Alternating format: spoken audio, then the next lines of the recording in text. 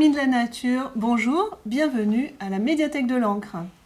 Aujourd'hui, je vais vous présenter 2 livres et nous allons faire un tuto pour nourrir les oiseaux en hiver. Alors, je vous présente déjà ces 2 livres qui sont aux éditions Terre Vivante de Gilles Leblé, qui est un ornithologue passionné d'oiseaux et qui a installé tout son jardin pour pouvoir les accueillir. Donc il nous confie toutes ses astuces. Alors notamment dans ce premier ouvrage, J'accueille et j'observe les oiseaux dans mon jardin. Il nous explique quel est l'intérêt d'avoir des oiseaux dans son jardin. Et le principal intérêt, selon moi, c'est qu'ils nous débarrassent des petits insectes qui viennent grignoter notre potager. Le deuxième intérêt, c'est quand même qu'ils sont drôlement mignons à observer, et voire même passionnants, car ils ont chacun un comportement. Dans ce livre, vous allez avoir même les végétaux qu'ils préfèrent en fonction des espèces d'oiseaux qu'il y a déjà autour de chez vous ou que vous voulez attirer. Donc un tableau avec les végétaux, arbres et arbustes. Ensuite, vous avez la partie nichoir, la taille du trou, qui n'est pas la même en fonction de l'oiseau que l'on veut accueillir, les formes de nichoir, et vous avez même des plans pour pouvoir les fabriquer vous-même. Voilà, comme ça, les oiseaux auront un nichoir adapté à ce qu'ils préfèrent et fait par vous-même, fait maison.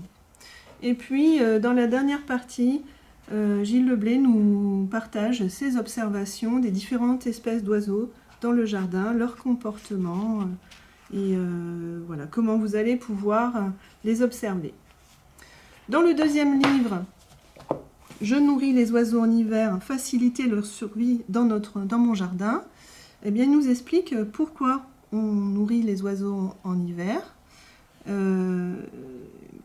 Est-ce que c'est important ou est-ce que finalement ils se débrouillent tout seuls?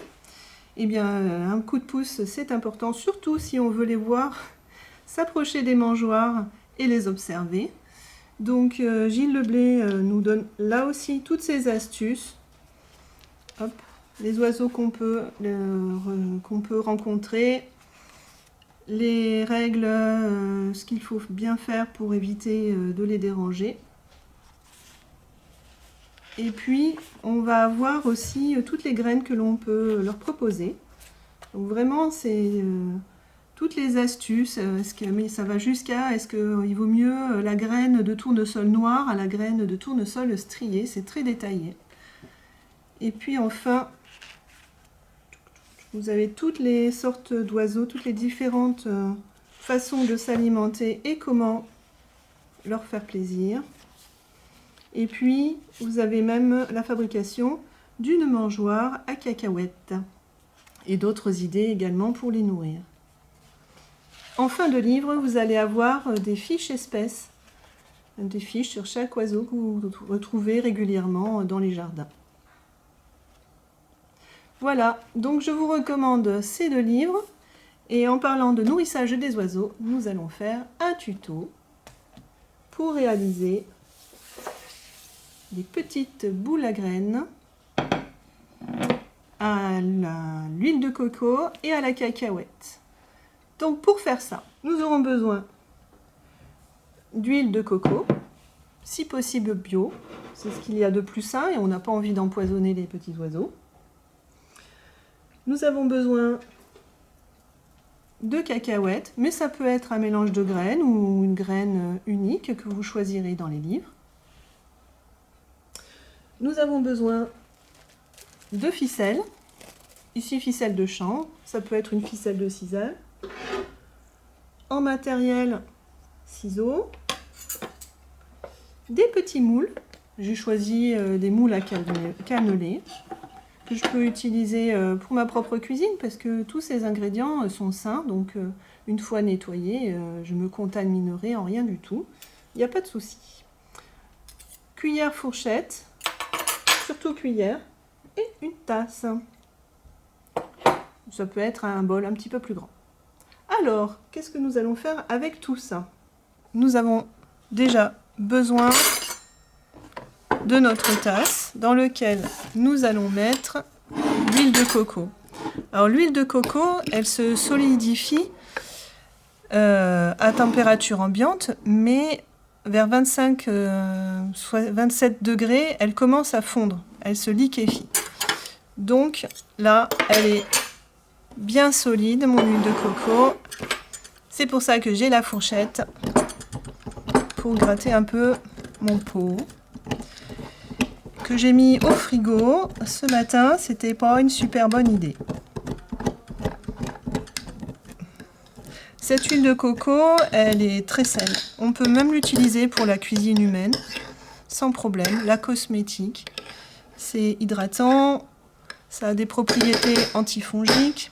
C'est vraiment un super produit. Alors ensuite, on va en mettre dans la tasse. Oups. Je sais pas, vous mettez à peu près ça pour une boule de graines, donc il va en falloir encore un petit peu.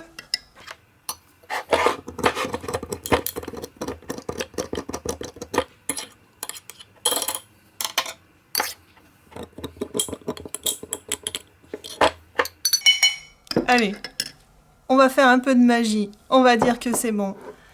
Maintenant, on va aller direction le micro-ondes et sinon, vous faites ça très bien au bain-marie, sur un feu, dans une petite casserole adaptée. Et là, l'huile de coco a tout fondu. Et maintenant, on va pouvoir l'incorporer dans les petits moules.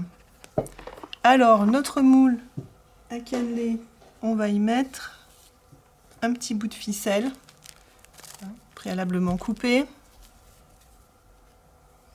On fait un gros nœud pour que ça tienne bien, que ce soit le support qui sera en bas.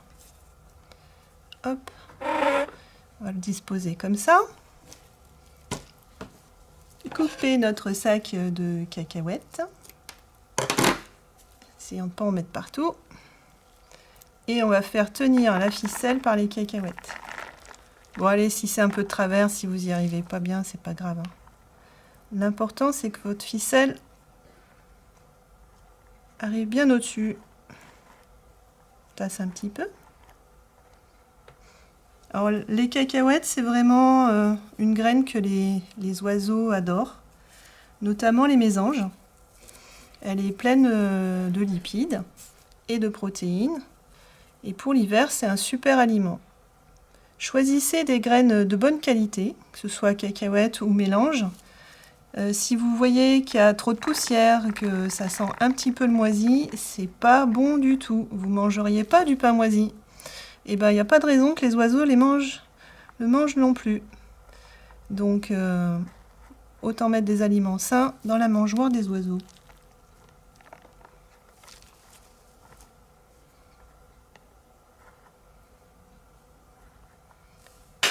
Voilà, j'ai rempli mes 4 petits moules. Je peux tous les remplir, hein, il n'y a pas de souci. Et je vais verser mon huile de coco dans les alvéoles en essayant de ne pas en mettre la moitié sur la table.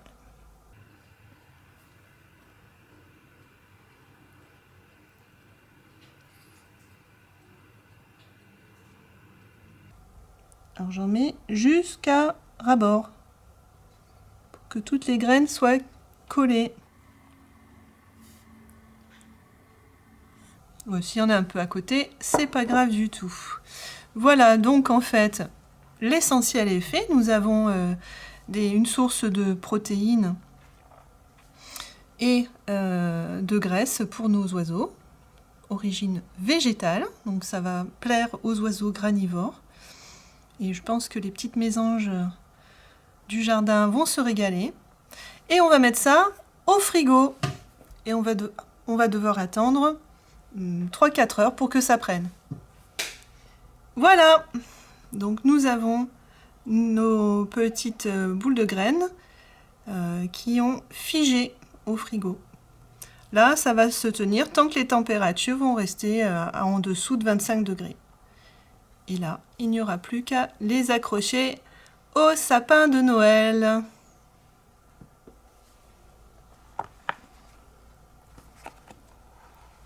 En plus, ça se démoule très très bien. C'est l'avantage de l'huile de coco. Alors, on peut le réaliser avec une autre graisse, par exemple le suif. Vous trouverez la recette et tout le déroulé dans le livre que je vous ai présenté en début de vidéo. Voilà, je vous remercie de votre attention. Vous pouvez utiliser ces petites boules de graisse jusqu'au mois de février-mars, jusqu'au gelé. Ça donnera du peps à vos petits habitants de jardin.